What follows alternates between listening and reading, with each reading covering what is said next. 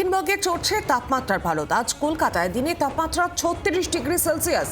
পশ্চিমের জেলায় পারদ পৌঁছতে পারে 40 ডিগ্রিতে।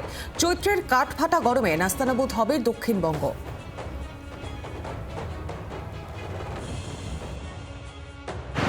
এপ্রিল মাসের 10 তারিখ পর্যন্ত মোটের ওপর স্বস্তিদায়ক আবহাওয়াতেই কেটেছে, কিন্তু এপ্রিলের এই সপ্তাহটা চৈত্র মাসের কাঠফাটা গরম ফিরিয়ে আনতে চলেছে বাংলায়।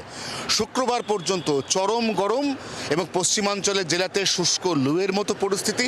গাঙ্গেয় দক্ষিণবঙ্গে ক্রমশ বাড়বে জলীয় বাষ্প বা আপেক্ষিক আর্দ্রতার পরিমাণ, যার অর্থ চৈত্রের শেষ এবং বৈশাখের শুরুতে তীব্র থেকে তীব্রতর গরমে নাজেহাল হবে গোটা রাজ্য। উত্তরবঙ্গের সমতলের জেলাতেও দক্ষিণবঙ্গের মতোই পরিস্থিতি।